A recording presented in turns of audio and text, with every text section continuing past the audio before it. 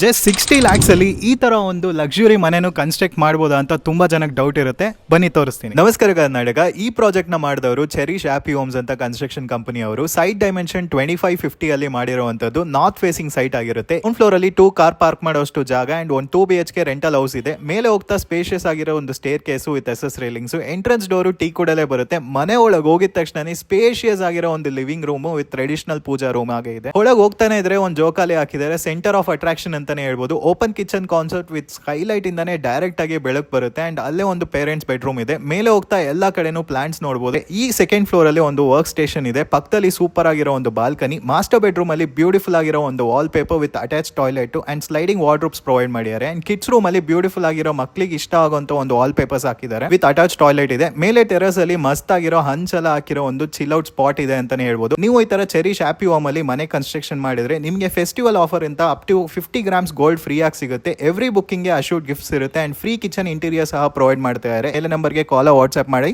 Thank you.